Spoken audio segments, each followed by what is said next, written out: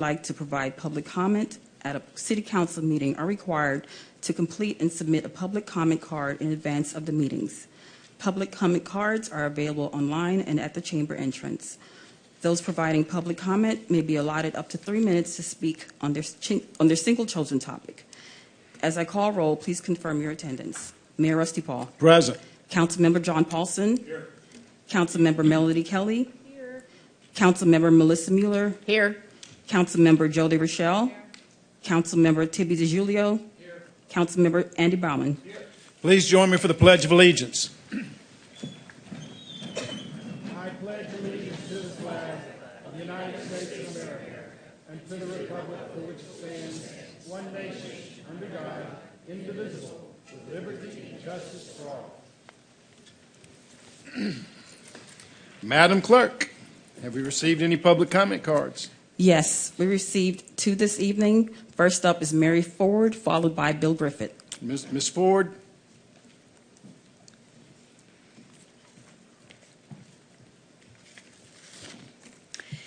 Good evening, Mayor and City Council. My name is Mary Ford, and my address is 5115 Timber Trail South. I'm here this evening in my capacity as president of the High Point Civic Association, and I'm joined by my fellow board members, Bill Gannon and Risa Matthew. We are here tonight to do 2 things. One is to make our annual contribution to the Sandy Springs Police and Fire Benevolent Fund. And the second is simply to say thank you. Thanks to Chief DeSimone and Chief Sanders for their exceptional leadership. Thanks to you all as Mayor and City Council for supporting these departments. When we talk to our neighbors, one of the top things that they tell us about what they appreciate in Sandy Springs is public safety. And that was made very real for our district last week with the scare at High Point Elementary. So it made very real how much we appreciate public safety. So thank you for your leadership. And with that, I'll ask our representatives to take a quick photo. Chief Chandler.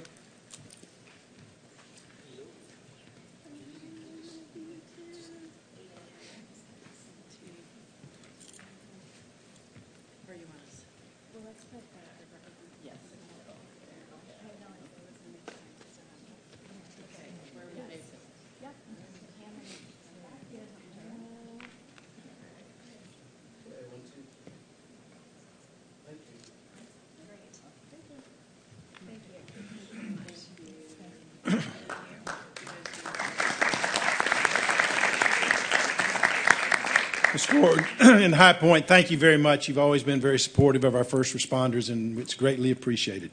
Mr. Griffith.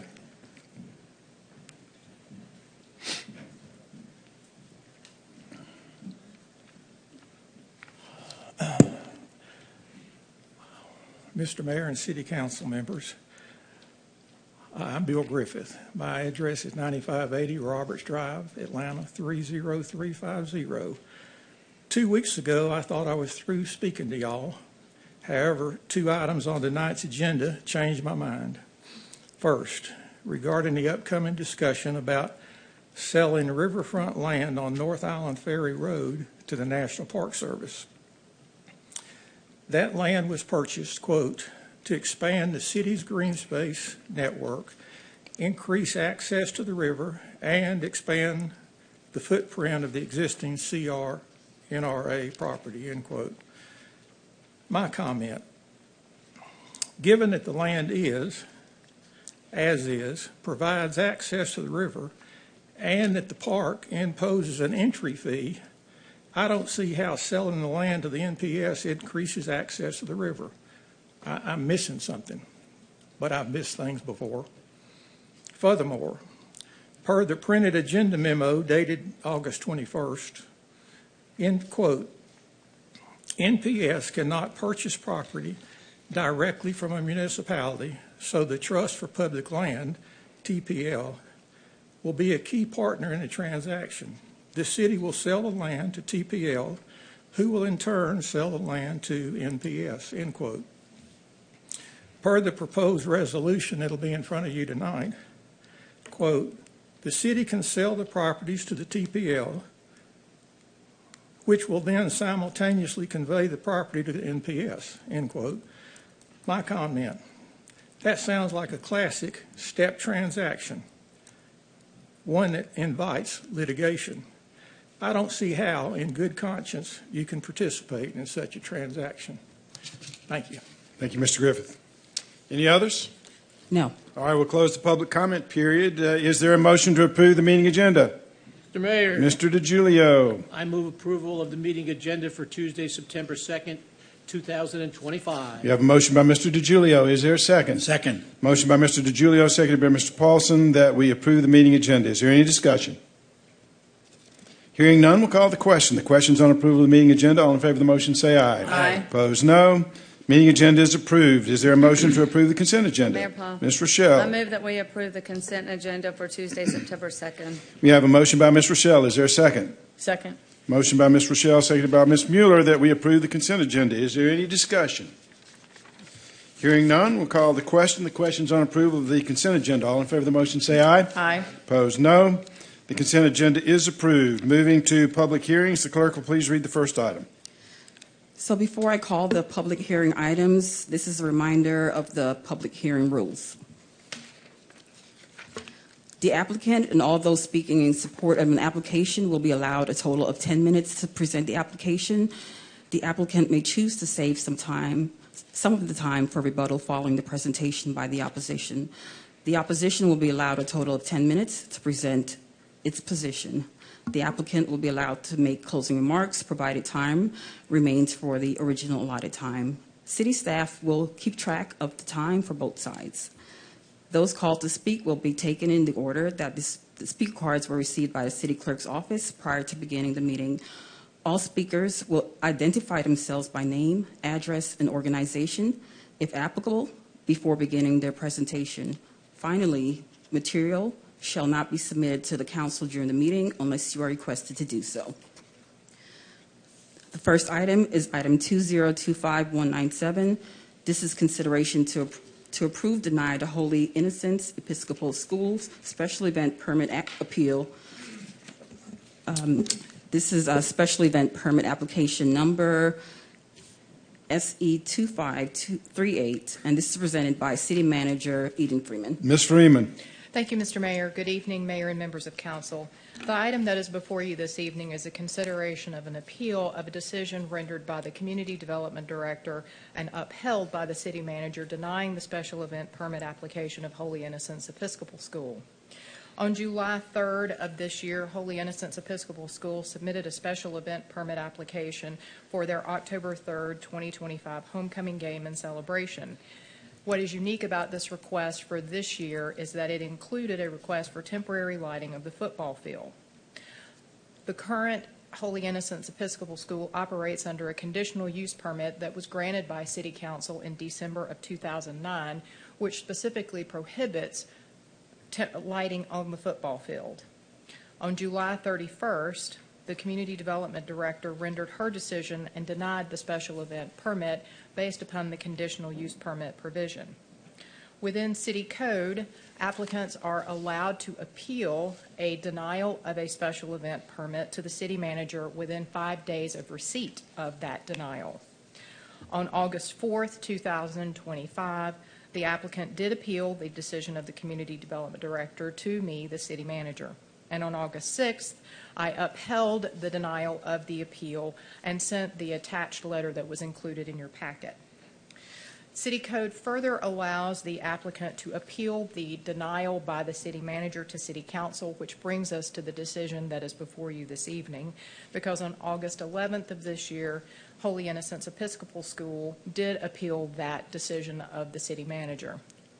The code requires that City Council must set a hearing date to hear the appeal within 30 days of receipt, which you did at your last council meeting. And tonight you are here to hear any information that the applicant may wish to present to you, along with any other comments in a public hearing. I'm happy to answer any questions that you may have. All right, let me, Madam Clerk, how many comment cards do we have in favor and in opposition? So we have 3 comments that are in support and 2 in opposition. Okay. Mayor Paul, I have a question for the city manager. All right, state your question. And the city attorney. So just to understand the process and the procedural standpoint, I had asked Mr. Lee this to weigh in, but I haven't heard yet. The fact that this is on our agenda tonight reflects that it's the view of staff that this is within council's discretion. Is that right? I mean, we have a choice here tonight. We can vote yay or nay. Staff does not have the ability to overturn or to authorize any variance from the conditional use permit Right. decision that was previously issued by No, council. no, the question is council's discretion. So we are having this hearing and vote because council actually has the discretion to weigh in on this tonight. Is that right? No, We don't have the discretion to weigh on no. this?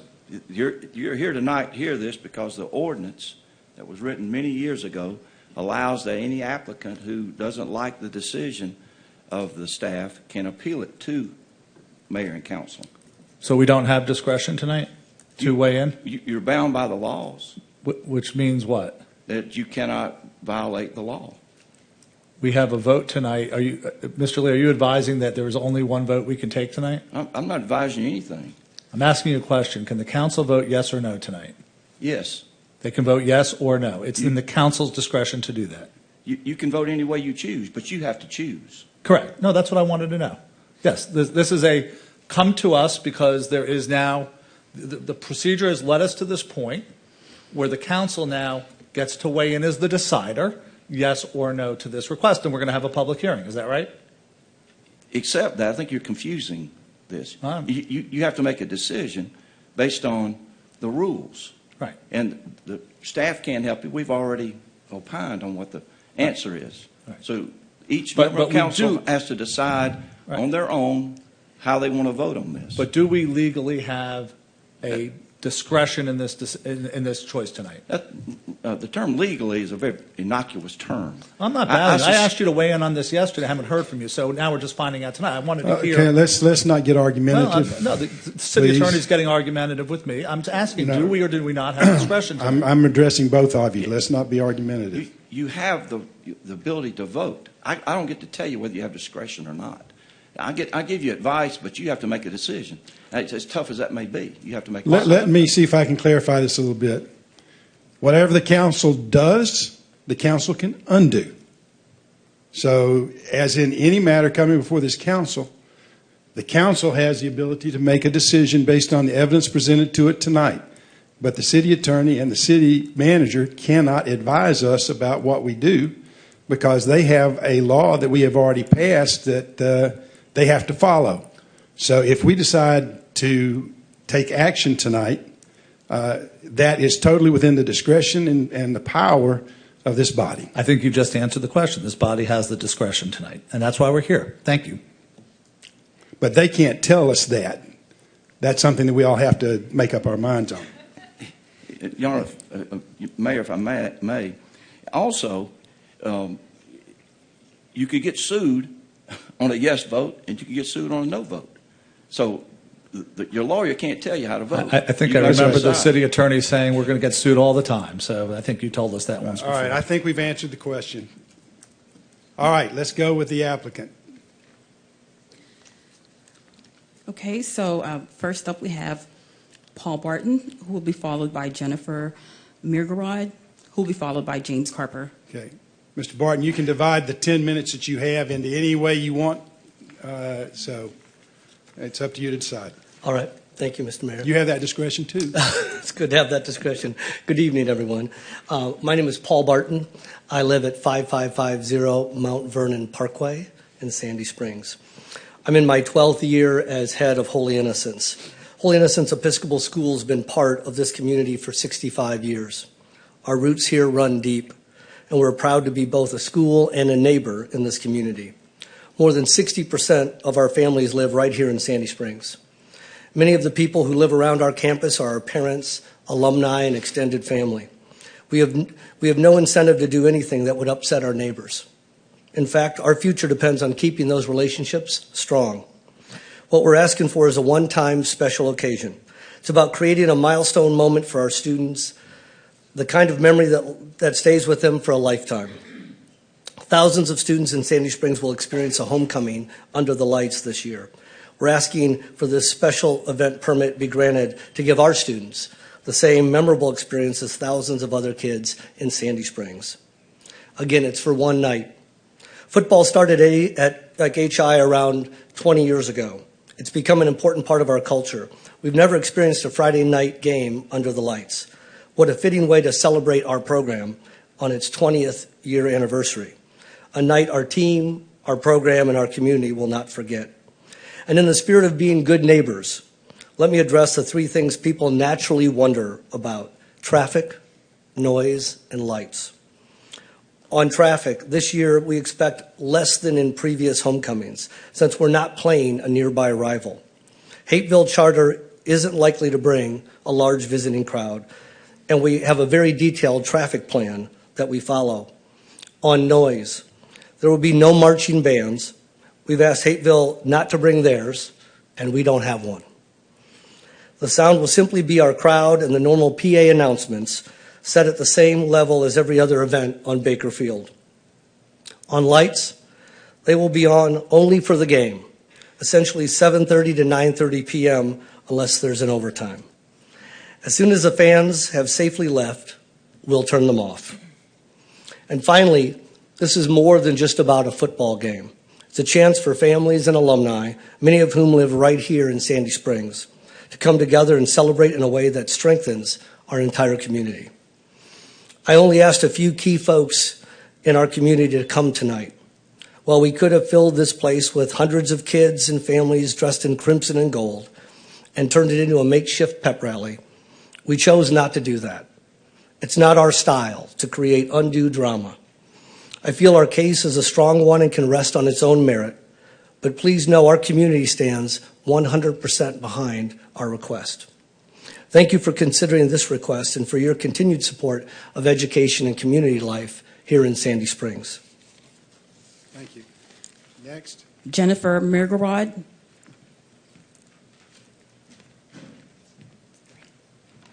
Hi, good evening. I'm Jennifer Mirgarod, and I reside at 965 Crest Valley Drive in Sandy Springs, and I'm also a business owner in Sandy Springs. My family has been part of Holy Innocents Episcopal School for many years. My older daughter graduated in 2024 and now is a student at Furman University, and my younger daughter is a senior at Holy Innocents Episcopal School. I've served on the school's board of trustees for 5 years, and I'm now the chair in my first year. As board chair, one of the things that I'm most proud of is our strong relationship with our closest neighbor, Temple Sinai. Temple Sinai is located just behind Baker Field. Over the years, we've worked hard to be good partners, and we're deeply grateful for their support of our homecoming event. Their willingness to stand with us speaks volumes about the trust we've built together. When this idea was initially conceived, Temple Sinai was our first call. We have with us tonight copies of the email of support of our homecoming event sent by Senior Rabbi Brad Levenberg of Temple Sinai to District 6 Councilman Andy Bauman. I'm happy to read it for the record if needed. Okay, excellent. In the spirit of community extends to all of our neighbors, including Mount Vernon Baptist Church across the street, whether it's Mount Vernon Baptist Church, Temple Sinai, and our own Holy Innocents Episcopal Church, we're committed to caring for these relationships. They matter deeply to us, and we'll continue to do everything we can to strengthen them. On a personal note, as a parent, I'm grateful that my daughter, along with so many sons and daughters of Holy Innocents, might have the chance to experience Friday Night Lights at their school, even if just for one night. It's a memory they'll never forget. Thank you. James Carper, and who will be followed by Amy Hillman.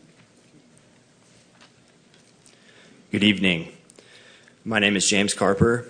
My address is 5100 Jet Forest Trail, and I live in Sandy Springs.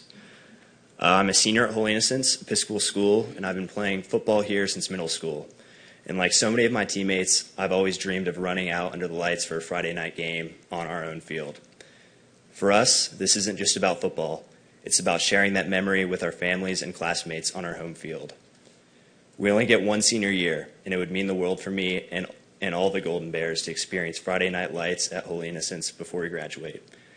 Thank you for considering this and for supporting us. Amy Hillman.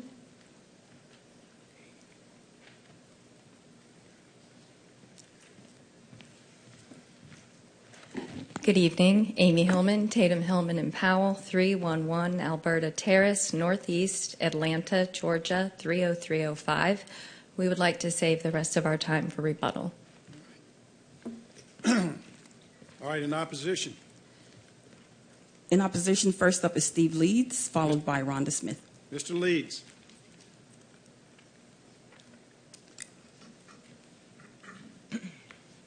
Good evening, Mayor, council members. I'm Steve Leeds. I live at 6410 Radiant Trace in Sandy Springs. I'm the president of the Aria West Community Association. I moved to Sandy Springs 3 years ago to celebrate and enjoy the city that the people created 20 years ago. You have set the development code, next 10 vision plans, along with land use rules and regulations to guide the future vision for the city. That vision, particularly for the neighborhoods, has always been rooted in protection of the quality of life. I have a growing concern that we are moving away from following those guides created and approved by you with the active involvement of community residents. Those guides, as set by conditions, then become law for land use. Looking at a number of things as one-off or not a big deal, without fully appreciating the precedential nature of the action and or how the action does not follow the plans enacted and approved by you, is my concern. And this concern grows when I recognize that the council will be significantly changed after November, with at least 3 of your council seats held by new council people. And what guidance will you leave for your successors? And so I rise to speak in opposition to the special event use permit application to allow field lights at Holy Innocents, because I don't believe it is an appropriate application, and because of the potential precedent it may set for others to use this mechanism as an easy way around the zoning rules and specific limitations in a conditional use permit granted after wide public commentary. I do not believe this homecoming football game qualifies as a special event. I believe a special event requires special public services, and gatherings or activities that take place on private property that make no use of city streets other than for lawful parking are not special events. The Holy Innocents homecoming game is held on private property, won't even require lawful parking on city streets because there is more than adequate parking at the school and, if necessary, the churches across the street. I believe Holy Innocents routinely hires off-duty police for traffic control, and I understand all Georgia schools pay to have an EMS team at every game. It's all routine. No additional city resources will be required. For these reasons, I suggest this game isn't a special event, and I respectfully urge you to deny this application. Thank you. Ms. Smith?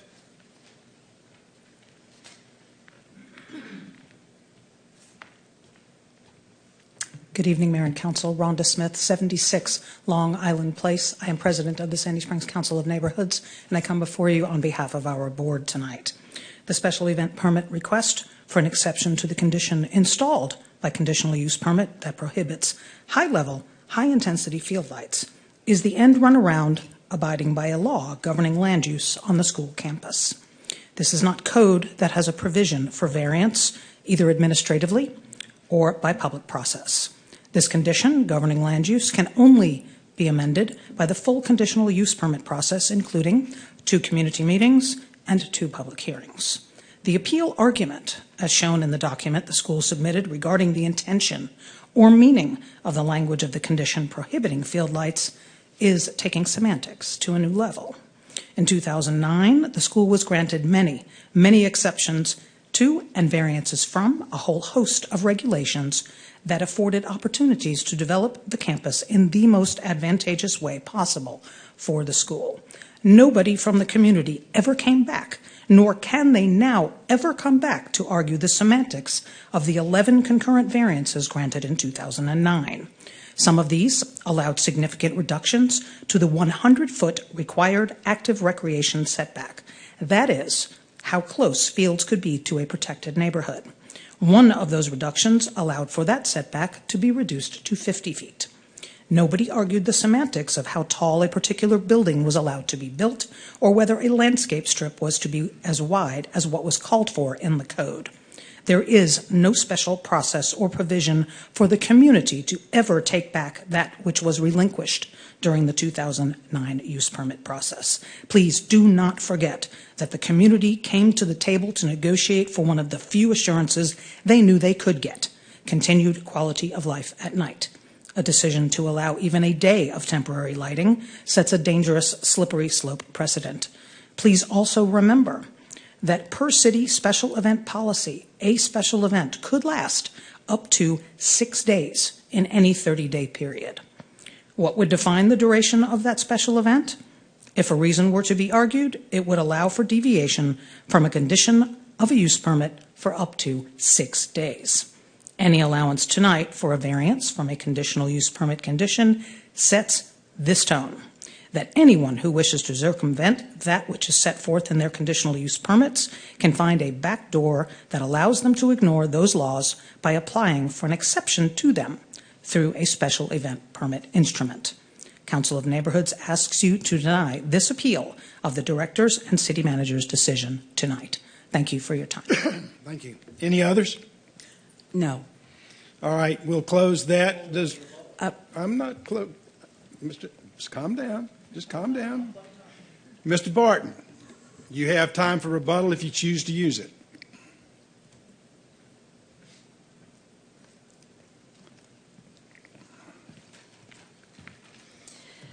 Mayor and Council, respectfully, I would like to start by saying that by the addresses provided, neither of the opposition has standing to challenge this appeal right now, as neither has shown any sort of special damages or proximity to the site that would yield special damages. I have had the pleasure of being involved with this land use and this school for 21 years. And I think probably the only person in this room that has more experience with this property than me is you, Mr. Mayor. In 2009, this is the compilation of regulations, studies, letters, things that went into the conditions that we know today. And importantly, I walked the fields with Nancy Leathers when we were coming up and discussing about what lighting would be. We weren't on Baker Field. We weren't on the football field. We were on the fields across the street and responding specifically to issues that were raised by neighbors. So when we get to this condition that we have now, that staff has pointed to, that talks about lighting on athletic fields being limited to low-level security lighting for footpath illumination, one, it was on the other side of the campus, but most importantly, all of those conditions from A through, probably like triple or quadruple Z, double P, are all development standards. They are to address permanent developed structures. Nowhere in this missive, this tome of regulations, does it say that Holy Innocents could never apply for a special use permit, or a special events permit. And what that means is we believe that staff is reading more into these regulations than is actually there, because in fairness, they should be able to apply for a special events permit. Maybe it's for a senior lock-in. Maybe it's a homecoming parade. Maybe a movie wants to shoot some scenes there for a movie. Maybe after a natural disaster, the school opens its doors as an emergency shelter. And to us, temporary lights are the same way. We are not talking about a 6-day permit. We're talking about something that will last for maybe 3-4 hours at the most, one and done.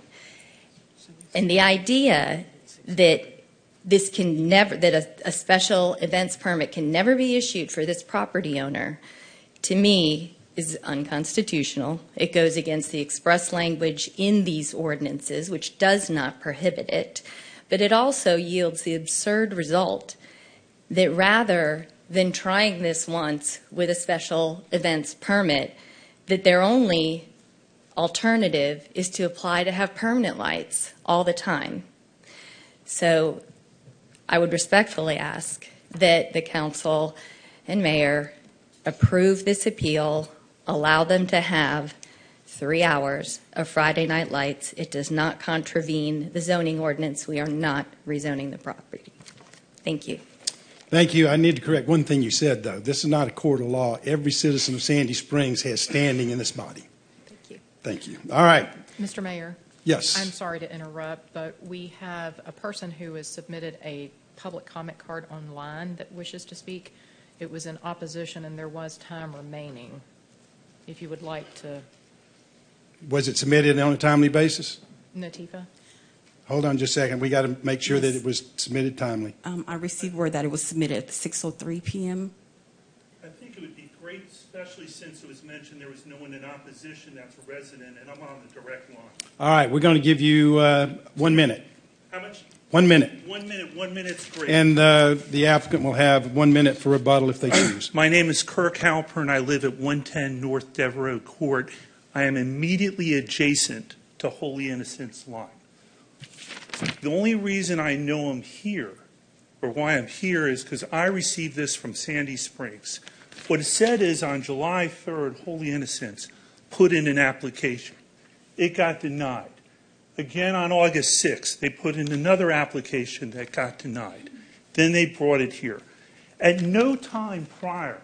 Sir, would you speak to the microphone? Yeah. At no time prior did Holy Innocents come and say, immediate neighbors, let us tell you what we're kind of looking to do and how can we work together.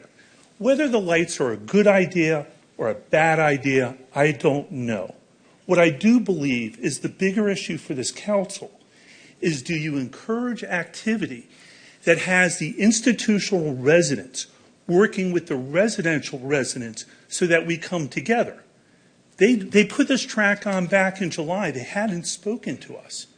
You all knew my address because it's public record. I've had conversations in the past with Holy Innocents. They know I'm on the direct line. They know my neighbors are on the direct line. I would have welcomed an opportunity to have a conversation. Now the question is, Sir, we need you to kind of wrap it up. Wrapping it up real quick. For the council, my recommendation is to encourage Holy Innocents or other institutional residents to go to the neighborhood first and see what can be worked out before coming on a third appeal. Thank you. Thank you. Does the applicant wish any rebuttal? Yes. I'll be brief.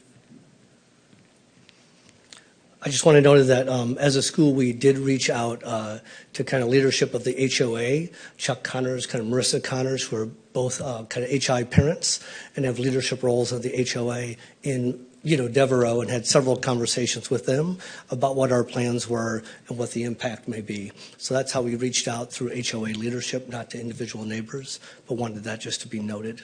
All right, thank you. Yep. All right, we'll close the public hearing. You've heard the report of the city manager. You've heard the testimony. What's the desire of council? Mayor Paul. Mr. Baumann. I move in regards to agenda item 2025-197 that the city council override the city manager's decision denying a special event permit and allow Holy Innocents to use lights for their homecoming football game on Friday, October 3rd. Have a motion by Mr. Baumann. Is there a second? Second. Motion by Mr. Baumann, seconded by Ms. Rochelle. Is there any discussion? Paul. Mr. Baumann. Thank you, and thank you for everybody who turned out. Good arguments, good positions. We're here because my understanding is that under the process, the City Council does have the discretion here tonight. If there are legal changes that might be considered that would not even get us to this point, that's up in the air, but we do have we have our discretion. So I start with that basis. We need to kind of keep in mind what's here. This is a one-time approval. I appreciate the concerns, but I've seen the school work very hard to take steps to mitigate potential impacts. And there have been a few neighbors who've voiced concerns. Many others either support the request or have chosen not to object. And I've heard from several of them. Each of these cases should be judged on their own facts. And here I believe the balance tips towards granting the event permit. More broadly, our schools, our public and independent schools, are part of the fabric of Sandy Springs, and they deserve our support. That's why I must call out what was said in a prior council meeting when it was said, Holy Innocents, your neighbors hate you. I categorically reject that characterization. It's neither accurate nor fair. I represent this district. I know these neighborhoods. And while there may be differences of opinion, the neighbors do not hate their school, hate this school. The statement was harmful to the school and to our neighbors and to our community spirit. Leaders should not inflame divisions with words like that. Leaders should build bridges and seek common ground. For me, this comes down to grace and perspective. It's one night for a couple of hours. It's a special event, not a permanent request. As some on this council might say, it's about the kids. It's about the families. This doesn't rewrite our rules or alter conditional use restrictions. It doesn't bind future decisions, but it does show that we can support our students, their families, and the enriching pursuits on the field, on the stage, in service that shape young people into thriving adults. This is our chance to uplift, not polarize. It's one night. And it's that spirit in which I support this motion. Ms. Rochelle. Thank you. I want to take a moment to share why I'm supporting this request. First, I want to acknowledge the work that went into negotiating the original conditional use permit for Holy Innocents. I respect the process, the neighbors who participated, and the protections that were put in place to preserve quality of life in the community. That said, what we are being asked to consider tonight is not a permanent change to the CUP. It is a narrowly tailored one-night request for temporary light so that Holy Innocents can celebrate homecoming on their own field. I see this as an opportunity for both the school and the community to experience what Friday night lights would actually look like and feel like in practice. Real experience is far more valuable than speculation, and it will inform any longer-term conversations about lights in the future. I also want to emphasize that I don't live next to Holy Innocents like I did at Mount Vernon, so I won't personally feel the direct impact. But I do represent the city as a whole, and I believe this one-night permit strikes a fair balance. It allows a milestone celebration for the school while ensuring the community and this council can see firsthand how the event works. At the heart of this decision is community spirit, fairness, and giving students the opportunity to celebrate an important tradition safely on their home field. For that reason, I am in favor. Okay. Any other discussion? Mr. Paulson. Thank you, Mayor. I appreciate everybody working this issue. This is the first time I think we've ever had one of these in front of the council, so this is kind of new territory. One of the things I find interesting is the school did reach out to the local folks. Sound like they reached out to the HOA. Mr. Barton, a quick question for you. What did the HOA say to you when you talked to them? If you would please. Yeah, come to the microphone, please. They were in favor of it, and they would ask neighbors around, and they sort of polled the neighborhood and said some are in favor, most are in favor, some are not, and then others, don't really have strong feelings either way. When I reached out to the two neighborhoods that butt up against us, that was the overall sort of sentiment. All right, thank you. You're welcome. So one of the things we talk about all the time here is two parties that are at odds about an issue we encourage them, get together, try to find a solution here that's workable, because if it comes in front of us, we may make a decision that nobody would like. So here we have a situation where the school has reached out and has tried to reach an agreement that this trial, which is really what this is, gives everybody a chance to just see how all this works, what the impact of this one night is going to be. So with that in mind, I'm not interested in throwing cold water on this process, which we encourage normally.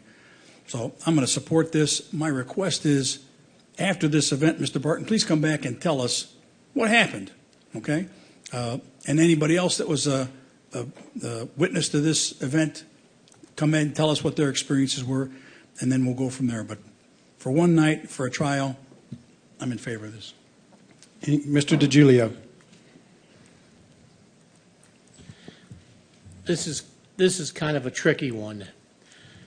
On one hand, when we established the city, one of the things that we had as paramount was to protect our protected neighborhoods, and to see that we did not have a degradation of our neighborhoods, which we have treasured so much in the city of Sandy Springs for the entire time I've been here, which is over 40 years. On the other hand, I've always made it perfectly clear that I'm in favor of kids and schools and churches. And so at Holy Innocents, we actually have a combination of all three of them there. And as Councilman Paulson said, we've got an unusual situation here where both sides have actually come together and have come to an understanding of a trial.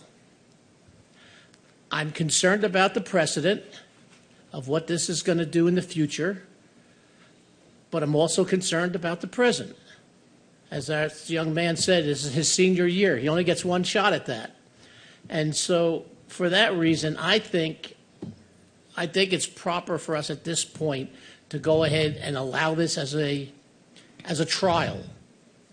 And if it turns out to be a situation where it becomes untenable for the synagogue and for the neighbors, etc., then we would know that in the future we have to be a lot more careful about that. But I think for a one-time deal, as one of our, I guess was an attorney, I don't see where she is, she's back there someplace, as their attorney said, it's for 3 hours. And so, and please don't take the 6 days. But if you can do the 3 hours, I think that the worst of things we can live with for 3 hours. And so for that reason, I think we should just go ahead and approve this and see how it works. Ms. Mueller. So I didn't view this as a trial run. I viewed this as an application for a special events permit that is contrary to what was agreed in the past, agreed to by the neighborhoods, agreed to by the school. And prior council, and I understand that we have jurisdiction, if you will, to make a change for that. But I don't think this was presented as a trial run, and I don't think it should be presented as a trial run. And I think it's very dangerous to start saying, that's okay just one time. I don't know the consequences, downstream consequences always exist for every ordinance.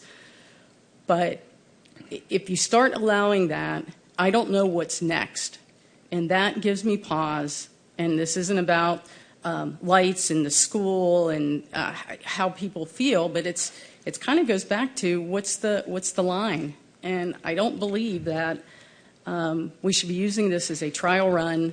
I don't think that we should be going against what people have already stood up for. I can't speak to what happened with the HOA and why the resident didn't get communication. There's something that you all need to work on there. Mr. Paulson is right. We do ask people to work together. Although I think in this case it would have been a really good thing to have not just send the communication out, but to actually have a meeting and sit down and talk about it and invite the residents. And it doesn't sound like that level was done. So at this time I can't support this because I just feel that it's setting a precedent, and I don't think we should do that. Anybody else? Dr. Kelly. All right, thanks. I just have a couple of questions. probably for the city manager, about the process. For the special event permit, what makes this event a special event to even apply for a special event It's permit? because of the size of the gathering and because of the impacts to the roads and the use of public safety personnel for security. Okay, so even if the lights were off the table, They would need to apply for a. And they have applied for a special event permit for many years because of those reasons. Okay. What is unique about it this year, and Councilman Paulson is correct, this is the very first appeal of a denial of a special event permit that I can recall in my many years with the city, and Kristen is not aware of any for the years that I was not here. So this is the first time that we've had that. Okay, I have a question, hypothetical. So if someone, an entity applies for a special event permit and they don't meet the basic criteria for a special event, is that considered a denial that can be No. appealed? No, staff would work with them and explain if they are not going to have 500 Right. attendees, all of the other things. And all of this is spelled out on the city's website. Right, okay. So that wouldn't be an appealable denial, Correct. if you will. All right, thank you. Mayor Paul, I have a parliamentary inquiry before we vote. State your inquiry. So just to confirm, we've had this come up a few times. If this body were to be tied 3-3, the mayor would vote yes or no, is that right? That's correct. And if the vote is in the affirmative, that we adopt something, the mayor does have a veto right, is that correct? That's correct. Thank you, Mr. Mayor. All right, I'm about ready to close the debate. Let me just say this. Holy Innocents, thank you. Mayor, I pardon. apologize for interrupting. I wanted to add one comment that relates to Okay. what Dr. Kelly was asking the city manager about. The uniqueness of this application is that it seeks to do something that there is a ordinance that prohibits. And many times when an issue like that comes to this body, if they voted for it, it would be tantamount to a repeal of the ordinance that the staff used to say we can't allow it because there's an ordinance against it. The uniqueness of this situation is that the ordinance that staff said prohibits this, and therefore they do not have the power to grant it, is a zoning ordinance. And as all of you may know, your ability to repeal zoning ordinances is limited legislatively because of the Zoning Procedures Act, which requires certain notices to the public. And when this came up with showing great responsibility by the staff, when the appeal came to bring it to council, staff sent notices out as they would a zoning issue. So that notice required by our ordinance to give notice has been completed. I would point that out to the council. All right. Holy Innocents, I want to say thank you. You did something that the previous applicant who showed up here looking for illumination in the evenings didn't do. You at least talked to your neighbors, and that process led to a if not unanimous agreement, at least a consensus in your favor. So thank you for doing that. That's all we've ever asked is this is a community of neighbors. So we want you to engage your neighbors and come out and you've done that, maybe not perfectly, but substantially. And I think that's all we've ever asked of anybody who comes before us, to try and reach consensus with your neighbors before you ask us to be the judge. So for that, I salute you, and I agree with Ms. Mueller. I don't see this as a trial, as a test, but it will give data to council should anything come forward in the future that it can rely on to some degree about the impacts on the surrounding areas. So from that perspective, I think it may be useful. So Mr. Baumann, I will not be using my veto power over this. If it is passed by the city council, which based on the nose counts I've just done would appear almost certain to me, then I will sign it. So with that, I will close the public process. I will close the debate and call the question. I got to move back a page. Mayor, if we could clarify the resolution, because there is language in the resolution. I heard Mr. Bauman's motion, but we need to determine it's a resolution to approve, if I heard your motion correctly, and Lark is pulling that up. And then down in the next to the last, or the last whereas, it's support or do not support. And then the same in number 1 under the therefore, approve or deny. Well, let me be very clear. This is to approve a special event permit. This is not in any way, at least my motion is not in any way intended to change the zoning for this property. That is not the position that I am motioning on. All right. We have clarification that basically the motion is to approve the special event permit appeal by Holy Innocents for special event permit application number SC-25-38. All in favor of the motion say aye. Aye. Opposed, no? No. All right, the item is approved. Clerk will please read the next item. This is Agenda Item 2025198, consideration of a resolution to approve an economic development incentive package for J.B. Weld Company for property located at 7840 Roswell Road, Building 100, Sandy Springs, Georgia, 30350. This is presented by Director of Economic Development, Chris Burnett. Mr. Burnett. Good evening, Mayor and Council. It is good to be in front of you tonight with another win for Sandy Springs related to a business relocation. Any of you who work with woodworking, epoxies, putties, you probably know the name J.B. Weld. It's a product that's been around, I believe, since 1969 when the company started, so 56 years ago. And you'll find this product in Home Depot, Ace Hardware, Lowe's, and many other stores. The company is currently headquartered in Marietta and currently has a building under contract up in Dr. Kelly's region. It's the 100 building, which is in Morgan Falls. You may remember this as one of the former Newell Rubbermaid offices. Newell moved out of this building and left it about 6% occupied, so the current building is about 94% vacant. So J.B. Weld, through a subsidiary entity called Brown Trout Development II LLC, has a purchase contract on this building and will be investing initially to build out and retrofit the first floor to be the headquarters of J.B. Weld Company. It's about 22,000 square feet in the first phase to house their company. Then they will also be bringing in other tenants to the building on the floors, second and third floors, and may also expand themselves as their business continues to grow. They did file an application with us for an incentive package. They would be eligible for a Tier 2 package because of the level of their investment. They're investing about $6.6 million in this building between their purchase price plus renovations and FF&E to house the headquarters of J.B. Weld. They're also initially creating 23 jobs. Average salary of those jobs is $175,000. That meets the criteria for Tier 2 as well. So what Tier 2 qualifies them for is a 2-year waiver of business and occupational taxes, which is $7,450, $7,450 a year times 2, so $14,900. And also they are eligible for a waiver of building permit fees. And there's really 2 phases here. One would be the initial phase to build out the J.B. Weld headquarters, and then additional build-outs for other tenants or users in the building.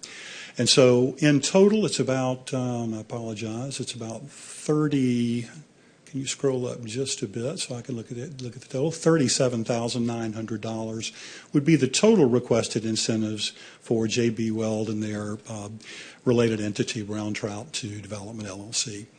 We do have the CEO, Chip Hansen, with us tonight, and Brad Peterson, the CFO, is with us as well from J.B. Weld, and they are, I think, excited to. I did not ask them to speak tonight, but I know they're excited to be moving their headquarters here after many years in a smaller building in Marietta. And we are glad to have them here, especially coming into north end of our district.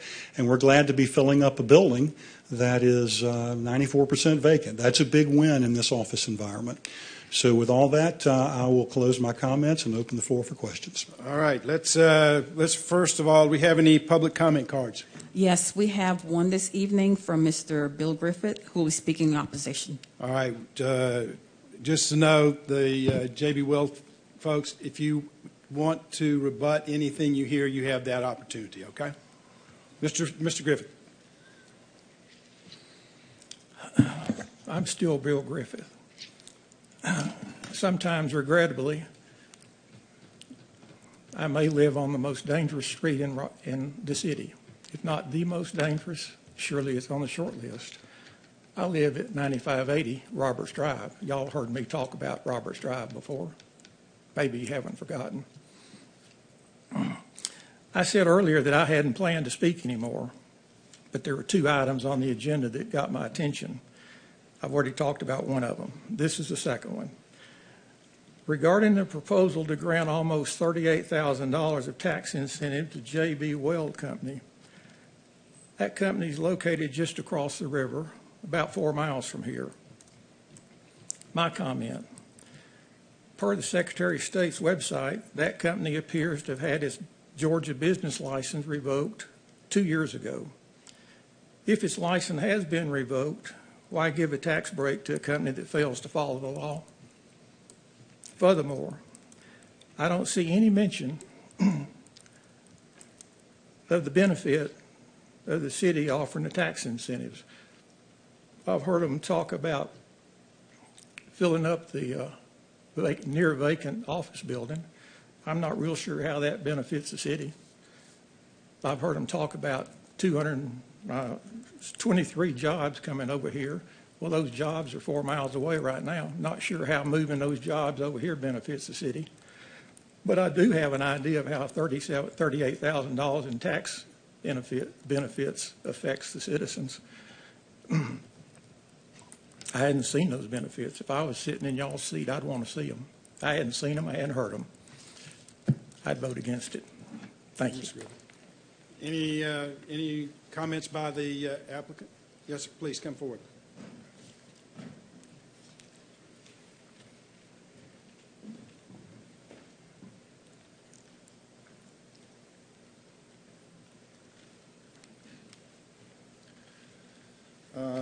Thank you for having me. My name is Chip Hansen. I'm Chairman, CEO, and the majority owner of J.B. Weld. I'll make this brief with respect to his specific things. We are not illegal in terms of a business license. He must have confused data with some other entity that has a related name or maybe a previously related entity that is on the public record. So that is not the case. Second, I was fortunate enough to purchase the company with folks, and we started this in the Georgia area with one person, me, in my basement some 15 years ago. We grew to a point where we rented an office condo in Marietta, first with 2, then with 4, then with 10, then with 15, et cetera, people, to the point where we said, gee, we need to move somewhere else in a more longer-term appropriate space. And so that's what's evolved here. We've grown the business from the original 16 people, of which none were here in Georgia, to the current 150 people, of which some 30 plus are residents here in Georgia. And I tend to see it continue to grow. So our move is not we're jumping over here to take advantage of some incentive relative to whatever. The incentives are there. We need them. We're a small business trying to survive in a very large and competitive marketplace. So I just wanted to give you that perspective. All right. Well, thank you. With that, we'll close the public comment period. You've heard the report of the Director of Economic Development. What's the desire of council? Mayor Paul? Dr. Kelly. I move approval of agenda item 2025-198. Approval of an economic development incentive package for JB Weld Company for a property located at 7840 Roswell Road, Building 100, Sandy Springs, Georgia, 30350. We have a motion by Dr. Kelly. Is there a second? Second. Motion by Dr. Kelly, seconded by Mr. Paulson, that we approve agenda item 2025-198, a resolution approving an economic development incentive package for JB Weld Company for property located at 7840 Roswell Road, Building 100. Any discussion? Dr. Kelly. I'll kick us off. Well, thank you, JB Weld, for your investment in Sandy Springs, and thank you to Mr. Burnett, and your economic development team for all you've been doing. I have a couple of questions. When it comes to businesses that are going to have tenants, the employee number, we're just using JB Weld for that. We're not considering the tenants in any way for that piece of it. That's correct. Okay. But for the permitting, it is the tenants build out that's considered as well. Well, we do consider potentially two phases here. First would be the initial build-out of the JB Weld portion of their headquarters, and then the build-out of other sections of the building. And we really look at the overall economic impact. Difficult to say with the total number of employees. JB Weld can estimate pretty closely how many employees they will bring, but how many other employees will come as a result of additional companies moving in. This particular building was specialized, developed interior-wise to Newell's needs at that time. So there's a good bit of interior renovation that will need to be done. It's going to be a pretty hefty investment. They're looking at, in addition to the purchase price, at least $1 million in interior renovation work, plus perhaps another $500,000 in furniture, fixtures, and equipment for their headquarters. So in addition to the $5.1 million purchase price, they've got $1.5 million in estimated additional cost. And all of that will go into sort of a package that does indeed contribute to the tax base of Sandy Springs, because it keeps our building values higher than they would normally be. Not to belabor how building values are determined, but oftentimes they're based on a multiple of cash flow. And if there's not much cash flow in a building, that building value is going to be much less than if it's a full building that's generating very strong net operating income. So higher tax values absolutely benefit the taxpayers of Sandy Springs. People who are working in our community, they're going to our restaurants, they're shopping in our retail stores, they perhaps are buying homes or leasing homes or apartments in our community. All of that's a benefit to our community, which is the reason we have an economic development initiative and why we offer these incentives when we believe that it's a company that is making a long-term commitment. And I love it when companies buy buildings versus lease buildings. Leases expire, but when you own that building, your roots are much deeper in the ground, which makes me feel very good about JB Weld coming to our community. Thank you. I have a question. Ms. Rochelle. You may have just talked about this a minute. They have 23 employees, and it says they're going to add 2 or 3 a year, but the 23 employees are coming from Marietta over to Sandy Springs, right? They're not new employees. That's correct. They're relocating, and that is a premise of our incentive package. Is it doesn't have to be brand new employees to the company. It's just brand new employees to Sandy Springs. So they are moving into our community from another community, very much like Newell, or you remember Asbury. Asbury moved their employees from Gwinnett County. They were already here in Atlanta, but they moved those people here to our community so they are new workers in our community, working, living, and spending money here locally, which they were not before when they were in Gwinnett, or in this case in Cobb County. Any other discussion? Mr. Burnett, let me ask you this question. Yes, sir. We're asking for what, $37,000 incentives, roughly? Yes, sir. $38,000. This is probably an unfair question, but it'd be a good estimate. How much more will the tax value of that building be if it's fully occupied compared to where it is now? In other words, how quickly would we recoup that $38,000 if they're there working and providing jobs in the neighborhood? So, Mr. Mayor, I would need to run some calculations on that. I'm sure I knew that. But the point, I guess my point is, we'll recoup that money many times over during the course of their occupation of that building, correct? Yes, sir. I do believe that to be the case. Okay. Any other discussion? All right, hearing none, we'll call the question. The questions on agenda item 2025-198, a resolution approving an economic development incentive package for JB Well Company for the property located at 7840 Roswell Road. All in favor of the motion say aye. Aye. Opposed, no. The item is approved. The clerk will please read the next item. Agenda item 2025-199. This is ABL number 27703. Consideration of approval of alcoholic beverage license application for JRT Space Management doing business as Ready Set Fun at 6331 Roswell Road, Sandy Springs, Georgia 30328. The applicant is Megan Ramsey for consumption on the premises for wine and malt beverages. This is presented by Revenue Manager Corey Holiness. Ms. Holiness. Good evening, Mayor Paul and City Council. This is a new alcohol license for District 4. This is a new application for consumption on premises for wine, malt beverages. JRT Space Management, DBA, Ready, Set, Fun, 6331 Roswell Road, Sandy Springs, Georgia, 30328. The applicant, Megan Ramsey, has met all requirements, and staff recommends approval. Any public comment cards? No. All right, we'll close the public comment period. What's the desire of council? Mayor Paul. Ms. Rochelle. I move that we approve agenda item 2025-199, an approval of alcoholic beverage license application for JRT Space Management, Ready, Set, Fun at 6331 Roswell Road. Have a motion by Ms. Rochelle. Is there a second? Second.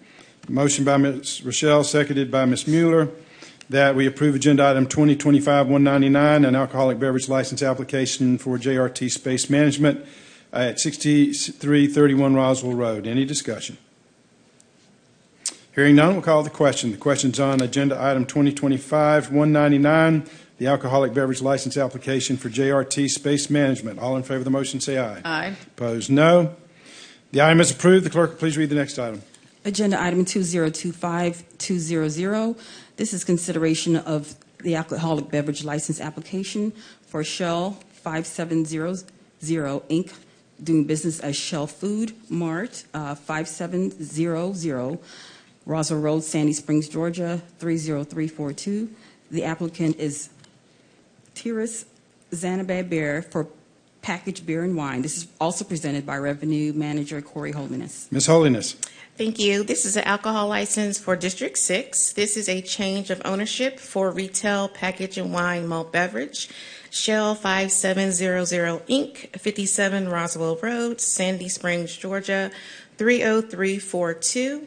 The applicant, Tiraz Zenibi Bihay, has met all requirements, and staff recommends approval. All right. Have we received any public comment cards? No. All right. We'll close the public hearing. You've heard the report of the Revenue Manager. What's the desire of council? Mayor Paul. Mr. Baumann. I move adoption of agenda item 2025-200, alcoholic beverage license for Shell 7500 Inc., 5700 Roswell Road. Motion by Mr. Baumann. Is there a second? Motion by Mr. Baumann, seconded by Ms. Rochelle, that we approve agenda item 2025-200, an alcoholic beverage license application for Shell 5700 Inc., doing business as Shell Food Mart at 5700 Roswell Road. Any discussion? Hearing none, we'll call the question. The question's on agenda item 2025-200, the alcoholic beverage license application for Shell 5700 Inc. All in favor of the motion say aye. Aye. Opposed, no. The item is approved. Moving to new business, the clerk will read the first item. Agenda item 2025-201, consideration of an ordinance to amend Subpart A, Chapter 6, Article 2, Division 7, Section 6-177 of the City of Sandy Springs Code of Ordinances to add a specific alcohol food sales ratio for consumption on the premises establishments within Sandy Springs, which only sell food, wine, and malt beverages, to provide for an effective date and for other purposes. This is presented by Director of Economic Development, Chris Burnett. Mr. Burnett. Mayor and Council, you'll remember we gave a preliminary review of this to you in work session 2 weeks ago, so this is formalizing that request. This relates to the Turn, currently known as the Turn Fitness Center space that's here in City Springs. Taste, which is a wine bar and restaurant and market that currently has a location in the works, which is down off of Chattahoochee Industrial and Howell Mill Road, is looking at a second location here. And This relates to the amendment of our ordinance only within the City Springs district, and I know there's a map in your package, and we could put it up on the screen now, but it shows the City Springs district as converting or shifting from a 50-50 food to alcohol sales split to a 65% alcohol, 35% food, only as it relates to two things. One, in the City Springs district, and number two, that would be limited to wine and beer, and not to distilled spirits or liquor drinks. And the reason for that, I think we talked through this in work session, is that this particular restaurant has sandwiches, charcuterie. You can eat in, you can take out. They have a wide variety of wines and beers. They do not sell liquor. And you can buy the bottles and take them out. You can drink them there. You can drink from the taps. Obviously, we're an open container district, so you can come out with your glass of wine and stroll the park or whatever you choose to do.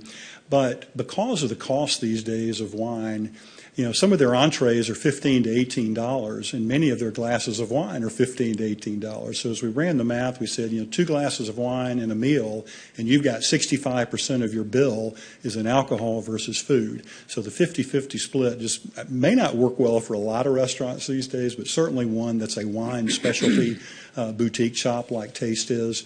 I think it's definitely in my opinion, somebody we want to have here in City Springs. It fits well with what we're looking for: high quality, enjoyable, fun for all ages, so to speak, above the age of 21.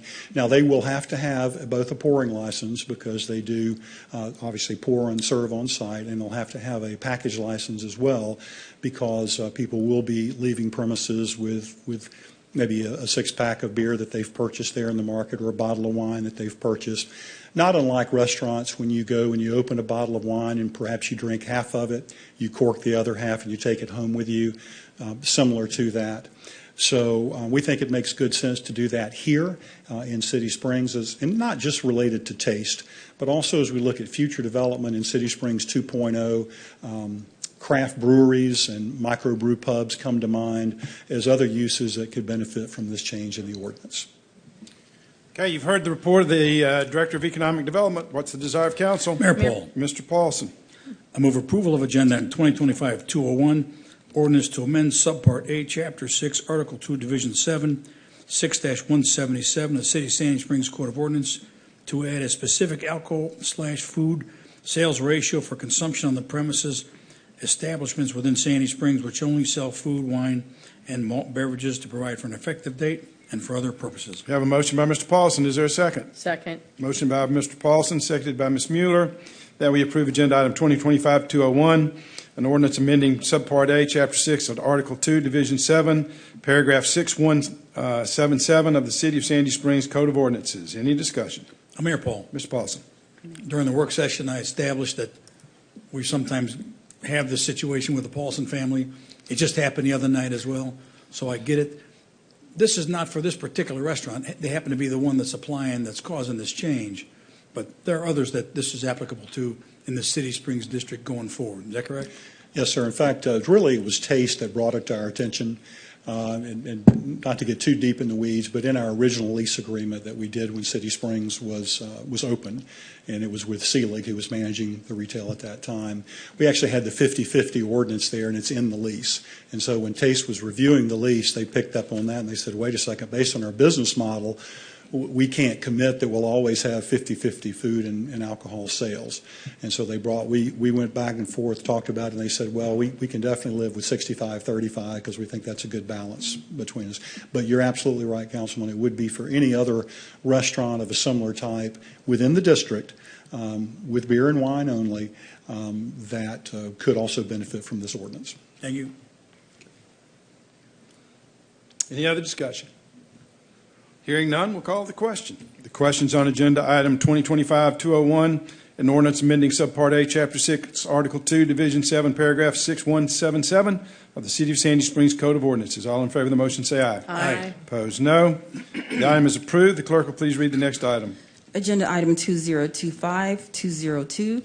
This is consideration of a resolution to approve an option agreement for the sale of real property located along North Island Ferry Road, tax parcel numbers 060365 LL 004 9, 060365 LL 0098, and 060365 LL 0080 to the Trust for Public Land to expand the Chattahoochee River National Recreation Area. This is presented by Director of Recreation and Parks, Brent Walker. Mr. Walker. Evening, Mayor and Council. Excuse me. In 2020, the city purchased 3 parcels totaling 14 acres on North Island Ferry Road at a cost of $2 million. The properties were purchased with impact fee funds to expand the city's green space network, increase access to the river, and expand the footprint of the existing Chattahoochee River National Recreation Area Island Ford unit. Since that time, the city was approached by the CRNA Superintendent Ann Honius, who apologizes for not being here tonight, about selling the properties to the National Park Service. Staff feel that the sale of these properties to NPS accomplishes the original goals of providing the additional green space and public access to the river. An appraisal of $2.6 million has been received for the 3 parcels, which will more than compensate the city for its original investment. NPS cannot purchase property directly from the municipality, so the Trust for Public Land will be a key partner in the transaction. The city will sell the land to TPL, who will in turn sell the land to NPS. If council chooses to move forward with the sale, the funds will be reimbursed back into the impact fee fund to be used for future projects.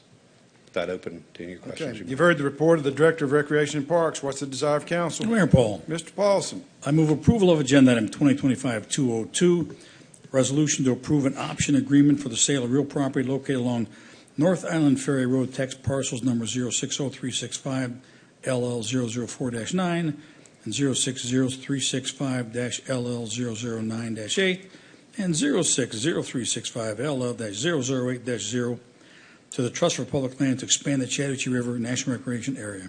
Motion by Mr. Paulson. Is there a second? Second. It's a motion by Mr. Paulson, seconded by Mr. DiGiulio, that we approve agenda item 2025-202, approving an option agreement for the sale of real property located along North Island Ferry Road with all the related tax parcel numbers to the Trust for Public Land. Any discussion? Mr. Paulson. Thank you, Brett. So I was involved with this actually even before 2020. We were trying to acquire these. This was, as I call it, it was a protective buy. These houses were for sale. They have riverfront property, which there's not a lot of riverfront property for sale. The idea was the city to buy it, which meant it kept it from going to a developer. The idea was eventually, there's actually one more parcel yet to go, but those folks are still living there. The whole idea was to expand the park to go along the river going north, and eventually, with the last parcel when it finally comes, this will expand Chattahoochee National Recreation north to connect up to the National Park Service, which owns a whole stretch of riverfront property from there all the way up around underneath the Georgia 400. So it was a protective buy. I'm glad we did it. This is the outcome we were all hoping for. I'm glad it came together. I got a quick question here. We took $2 million out of impact fund fees to buy this. So are we reimbursing the impact fees, the $2 million bucks? And if so, where's the other $400,000 go? Does anybody know? I don't get it. I know that. I'm just asking. I know you don't get it. I don't get it either. Frankly, Councilman, I think you all could give us some direction. If you want us to directly reimburse the exact amount into the impact fee fund, and we can use the rest for other projects, you all can reallocate those dollars, or we can add it all into the impact fee fund. As it's currently envisioned, we're just kind of dumping all of this money into the impact fee fund. So I guess my desire here, reimburse the $2 million and then put the $400,000 aside and use it for potential future protective buys going forward. I don't know if we can do that, but that's the idea. Rather than putting it in the impact fee fund account, which limits it. What's that? Doesn't the contract say It's 2.6. Sorry, we made another 200,000. But my point is, I'm good with reimbursing, if that's okay with everybody. I'm good with reimbursing the impact fee, the amount that we took out of there. but let's put the extra 600,000 and use it towards future types of purchases like this. So that's my request. All right, we'll have an opportunity to appropriate money once we get it in our pocket. Fair enough. All right, any other discussion? All right, Ms. Mueller.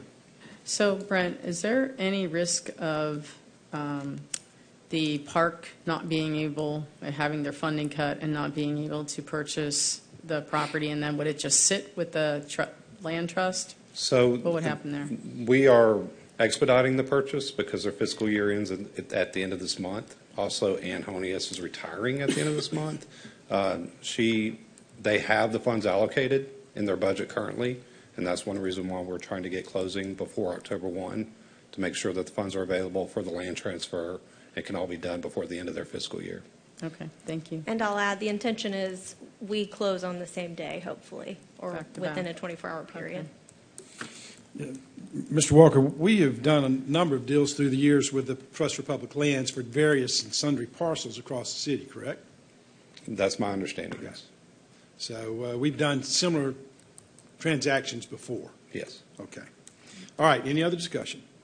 Hearing none, we'll call the question. The question's on agenda item 2025-202, a resolution approving an option agreement for the sale of real property located along North Island Ferry Road to the Trust for Public Lands to expand the Chattahoochee River National Recreation Area. All in favor of the motion, say aye. Aye. Opposed, no. The item is approved. The clerk Thank you, will please read the next item. Agenda item 2025-203.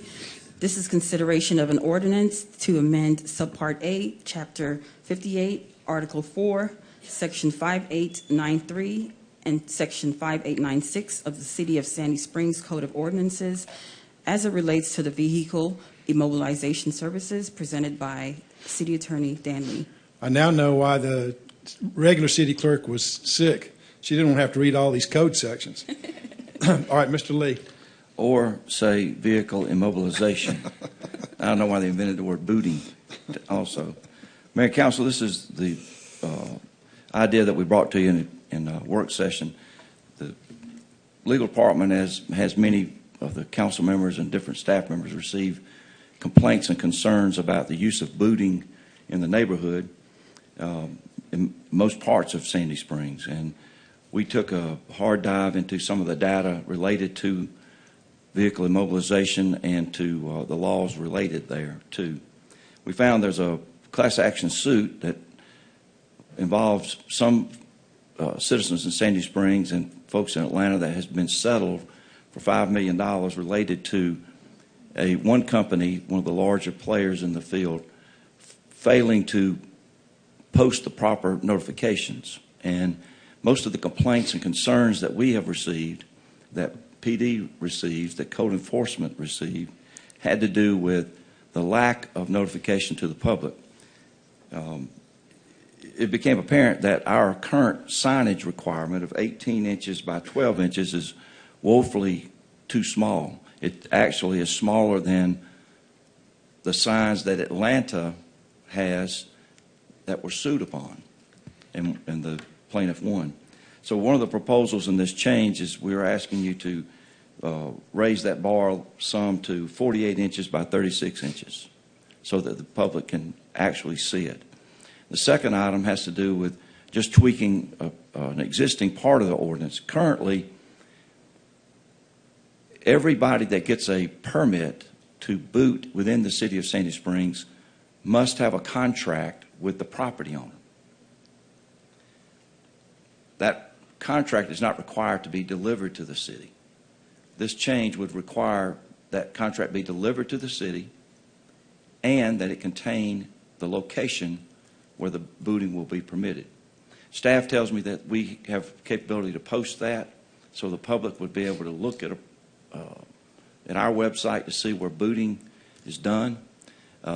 It takes care of what I have learned to be the biggest evil in this industry, is that given the current technology, some poor players in this field will put cameras at places where folks can park, spot them, run up there and put a boot on it, and not have any authorization from the property owner. This element, we believe, will arm the city with the information that we need to make certain that that sort of shenanigan ain't going on. So that makes two changes. One makes the sign bigger and requires that the location of the booting be turned into the city when the permit is gained. All right, you've heard the report of the city attorney. What's the desire of council? Mayor Powell. Ms. Rochelle. I move that we approve agenda item 2025-203, a consideration of an ordinance to amend subpart A, chapter 58, article 4, 5893, 5896 of the City of Sandy Springs Code of Ordinances. Have a motion by Ms. Rochelle. Is there a second? Is that Mr. Baumann? Yes, sir. Okay. Motion by Ms. Rochelle, seconded by Mr. Baumann, that we approve agenda item 2025-203, an ordinance amending subpart A, chapter 5, article 4, paragraph 58 through 93 and 58 through 96 of the City of Sandy Springs Code of Ordinances. Any discussion? Ms. Rochelle. This is wonderful. Anything that we can do to make it stricter, and it's great. I mean, I've always, when I watch these cars get booted and these people are innocent, when they don't even, it gives them when they've had like just a couple minutes and they go back to try to move their car and they're not even allowed to because it's already been booted and they have to pay. My question for you is, we had talked about the number of signs, not just the size of the signs, because I think it's important to make sure that it's well marked. What is that addressed in here? Not in the change, but in the current ordinance, it requires one at each entrance to the property. The current ordinance requires that. So at the entrance, so when you go in, not where you park? Where you go in. One of the places that we've had most complaints is this vacant lot right here at the corner of, it's almost at the corner of Mount Vernon and Roswell. If you look at the sign, I've sat in traffic and looked to the right and you can see the sign, and it is tiny for my old eyes to see it, but it is at the entranceway. And I think that's the theory, is that anybody that enters the lot would be able to see a much bigger sign. Is there any way to add any kind of requirement for more signs? Because I mean, you can, especially if there's traffic or something, you come in, it's really hard to see a sign. You know, the ordinance isn't perfect. None of them are. And my proposed changes aren't perfect. That may be something you want to look at, adding more signs. So would we do that now? It's within your discretion, which is the word we've used tonight. Councilwoman, may I make a suggestion? Sure. Because I agree with you. I don't know what the standards might be, but on a per space basis, so if a parking lot has, I don't know what the right number is, but per 30 spaces, per 20 spaces, per 50 spaces, would there be some validity in sort of doing it that way? Or, I mean, it's going to be hard to precisely. Let me suggest this. Some of them don't have markings. Right. Let me suggest this. I think the intent is very good. Trying to legislate this on the fly without any data is going to be a challenge. So what I would ask staff to do, if it is the desire of council to enact this ordinance tonight, we will enact it as it is, and then ask staff to come back with a recommendation that we can amend the ordinance to an appropriate number once we've done the adequate research. Yeah, I'm good with that. But more than you have now. Right. Okay. Any other discussion? Mayor Paul. Yeah, Mr. Baumann. So, first of all, is we're doing this? Is this the result of the bill that the legislature passed? In part, that freed us up to do this? Obviously, it has an influence because they can tell us what to do and what we can't do. But it is more steered by the complaints and concerns that we've heard from citizens that many council members. No, but before that legislation, were we able to do this, or were we able to? We have local legislators I want to thank for their work on this issue. Oh, we're able to do it. Okay. Yeah, we would have been able to do it even before the changes. Right. This was within our purview. We would have been able to do this? Yes. Okay, good. Well, still thank you to Senator McLaurin for his work in this area.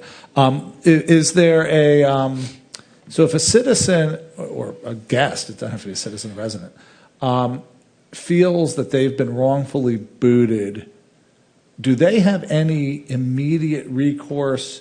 Can they call our what can they do? Because once you've paid the money, it's really hard to get it back. What does a citizen do in the moment? It's a tough call. You're kind of at their mercy. And we have these calls. PD has them all the time. Code enforcement gets them during the daytime. And generally, it's a civil matter. And what we do, what our staff has done, is make certain that the booter is compliant. We had, as an example, at the covered parking down here by, what's the name of the Mexican restaurant down here? El Cielo. Just below it, some folks had parked. The sign was tiny. They didn't see it. Folks were a little bit older, even than me, and paid and came back, and he'll always be the standard. He came back, and they paid it, and it just so happens there were 3 lawyers in the group, and they made a complaint. We go back. Code enforcement goes out. The signs were not compliant, and we made a citation against them. And part of the court's ruling was to refund the money. That's one way. Mr. DiGiulio.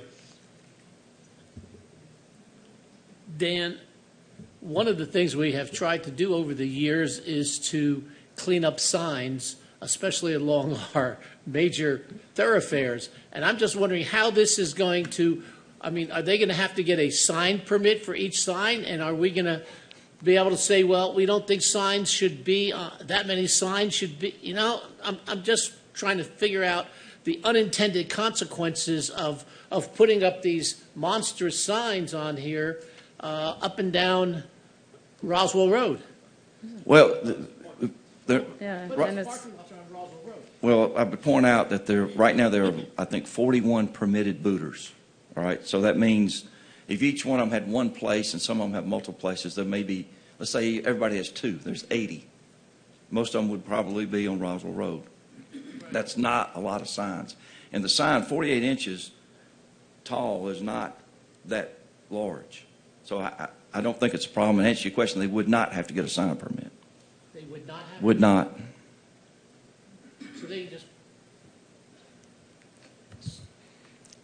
So they can just put these on the entrance to the parking lot on each place. They're required to. That's right. And if you pass this, that's what they would. And no sign permit and no input as far as the city is concerned on where these signs were to go. Our ordinance requires it be at any entrance to the lot. Right, but that's going to be basically on the roadway. Which should be. Yeah. Mm-hmm. Well, it's on the property, but we don't allow. We don't allow signs on the roadway. No, in the right of way. It's not going to be in the right of way. It won't be in the right of way. It's on the property at the entrance. That's basically the right of way. That's where the. But it won't be in the right of way. It won't be in the right of way. So it won't actually be in the entrance to the parking lot. It'll be back. No, I'm serious about this. Okay. Because the right of way. The driveways are right there in the right of way. They are, but the right of way ends. 12 feet, isn't it? No, it varies around the city. Roswell Road is much bigger. It's probably 75 feet from center. I think. How many feet from the curb? Maybe 120 from center. How many feet from the curb? It's not from the curb. You measure from the center line. As a general practice, you could say if you're looking at a typical roadway and you don't know, you typically look about a foot behind the back of either the sidewalk or the curb, whatever you have available. That would be a good rule of thumb, general practice. Or a foot behind Georgia Power pole. Foot behind the Georgia Power pole. Okay. All right. Any other discussion? All right. Hearing none, we'll call the question. The question's on agenda item 2025-203, an ordinance to amend Subpart A, Chapter 58, Article 4, paragraphs 58 through 93 and 58-96 of the City of Sandy Springs Code of Ordinances as it relates to vehicle immobilization services. All in favor of the motion say aye. Aye. Opposed, no. The item is approved. Moving to reports. I had the opportunity today to do something I was very proud of. I've been asked by the organization Combat Anti-Semitism Movement to be on their mayor's advisory board. It's an international organization, and they've got 15 U.S. mayors who are part of this, And our job is to work with other mayors to be mentors and support other mayors around the country who may be facing challenges with anti-Semitic activities and other similar behaviors, and to also help the organization in its outreach to other municipalities and cities around the country. We had our initial meeting today. It was a Zoom meeting, and I was delighted to be able to participate and be part of that. I think it's an indication of Sandy Springs standing in the whole country about our stance on anti-Semitism, about the fact that we don't tolerate it, and we've got a very proud record for being one of those lights in the world that stands out against this form of religious and ethnic hatred. And it was a great honor for me to be part of it. It's not just an honor for me. I think it's an honor for the entire city of Sandy Springs and the values that we all share when it comes to this kind of activity. So I was just delighted to be able to participate in the inaugural meeting today. And so I just wanted everybody to know that that's something that I think stands Sandy Springs in great stead. That's all I've got. Anybody else? Mr. Baumann. Mayor, thank you for your work on that. A couple things. So the High Point incident, which may have turned out to be a hoax or whatever it was, first of all, thank you to our first responders. They did a great job. It's a parent and community member. It's a very frightening thing. I did get some input from a couple of people, a couple of questions that I wanted to pass along. Is the city considered an official communication channel as it relates to a school event? I think that there are folks that were trying to figure out where their communications were coming. I'm not sure they got all the communications that they wanted or had hoped for from the school, but what is our role in communication on a school event? We coordinate with the school, and the information that I was sharing with council was coming both from the school as well as our folks that were on the ground there. Well, yeah, no, the issue isn't council. You did a great job of communicating with us. The question is, we do official alerts. Would a school incident or could a school incident go out through our official alerts?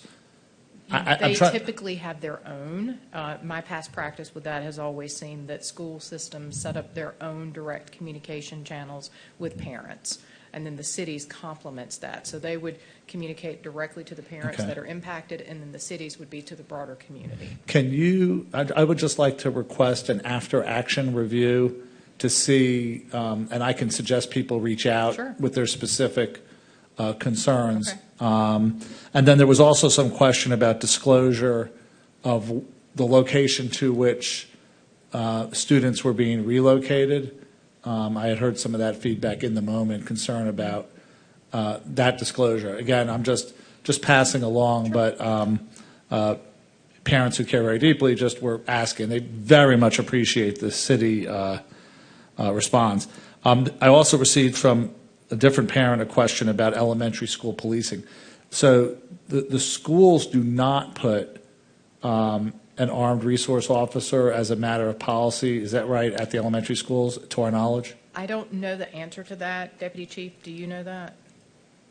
I do not believe they assign when they're all day. There are ones that float move back and forth between multiple. And remember, schools is a separate police department. I do. We do partner with them frequently. But We do. And I shared that with citizens that they asked, well, what about response? I said, I can assure you, we've talked about this publicly, we've done this privately, that we do a tremendous amount of training. I think a couple of years ago, Musty, we did a formal agreement. Well, it does it every year. But we also reached an agreement. We just did we do the private schools on a regular basis. We work with the public schools every year. This year, for the first time, Holy Innocents had our police officers in. So, yes, we work very closely with the school resource officers, the private schools. Many of the private schools, our off-duty officers serve as also their security, so that's double dipping.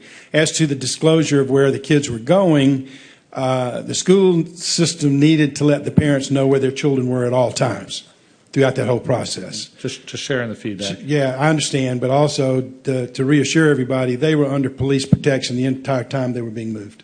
So there was no danger. But the parents, if you move their kids, they need to know where they're going. And that was the whole purpose for the disclosure. All right, anybody else? One other question. Sure. Can you update us a little bit about the 20th anniversary gala? Who's organizing it? What's the city?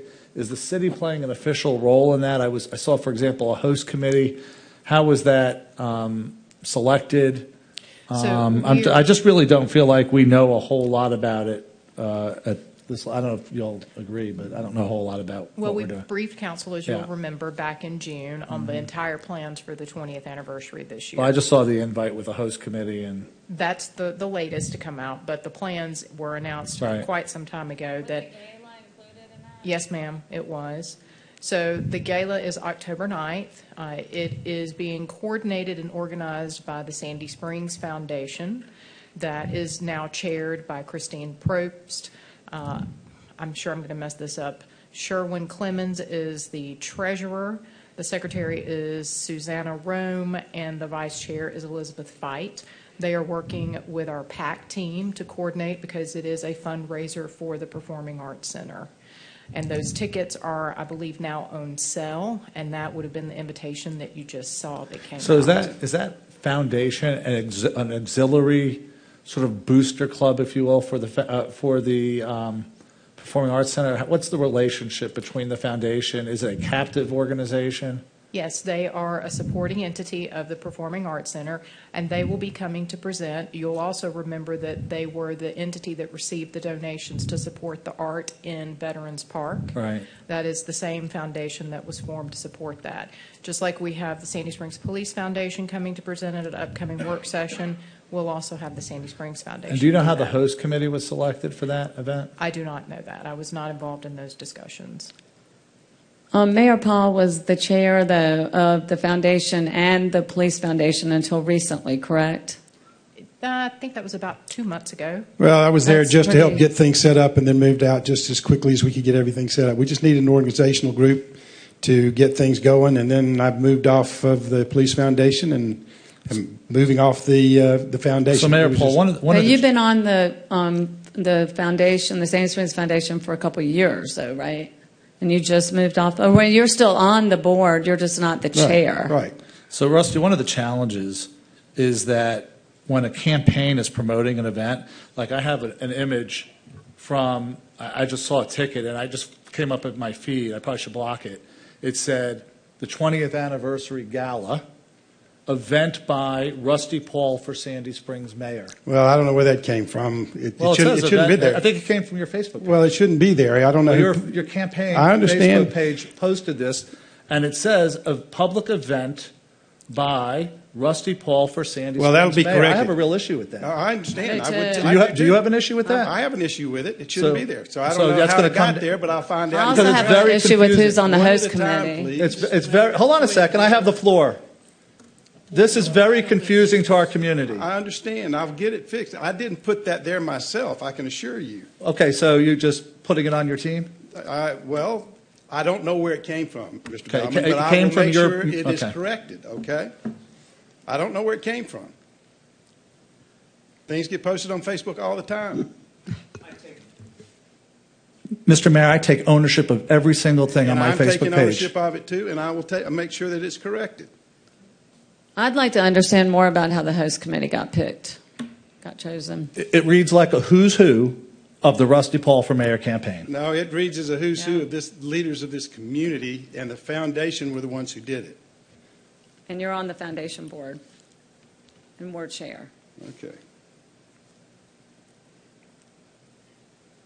I have asked that the date be moved from the gala date be moved till after the election, just for the record. I agree.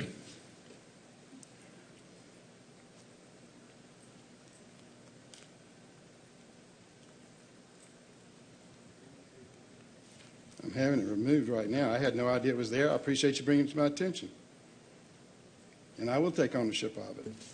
But I'm going to get it fixed. Can we adjourn? Pardon? Can we adjourn? Yeah, in just a second. I want to take care of this.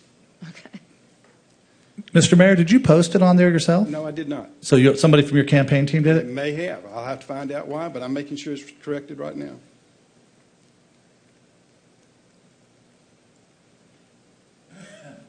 City manager, while we're working that, do we have executive session tonight? We do not. Okay.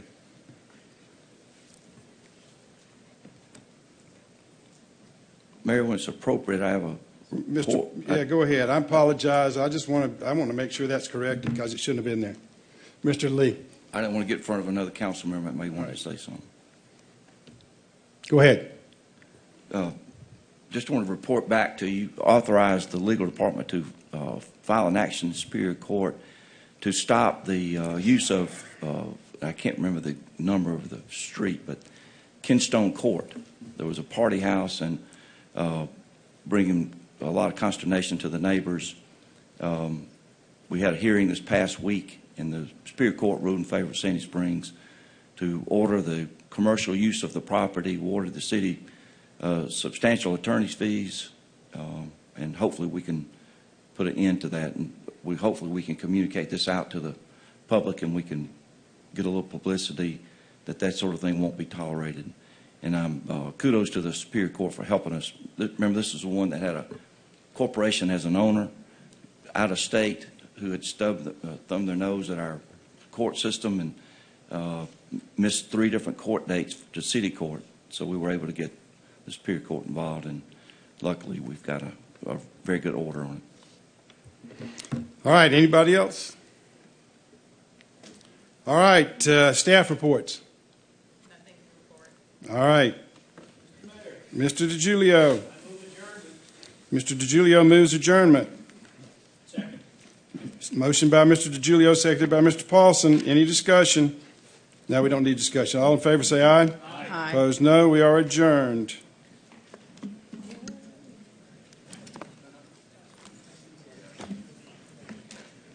God almighty, who put that on there?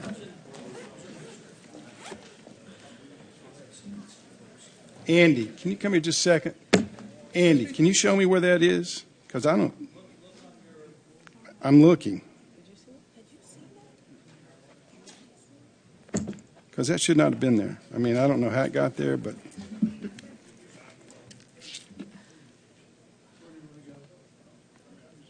Because I apologize, that should not have happened. And then when it comes up in your feed, when I go to the event, it said event by Rusty Paul for Sandy Springs. Oh, that's just got, yeah, I just was putting that on my Facebook page so that, yeah, well, it's just, I put it out there just for people, for knowledge. All right. Hello. How are you? Good to see you. What do you want me? Okay.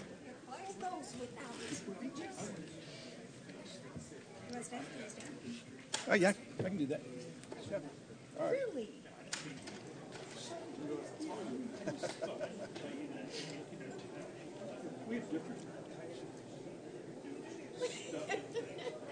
How big are these signs going to be?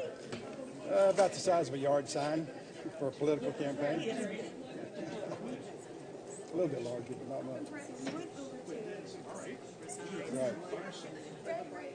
There are 2. So this one up here says this one. Okay. It is the one.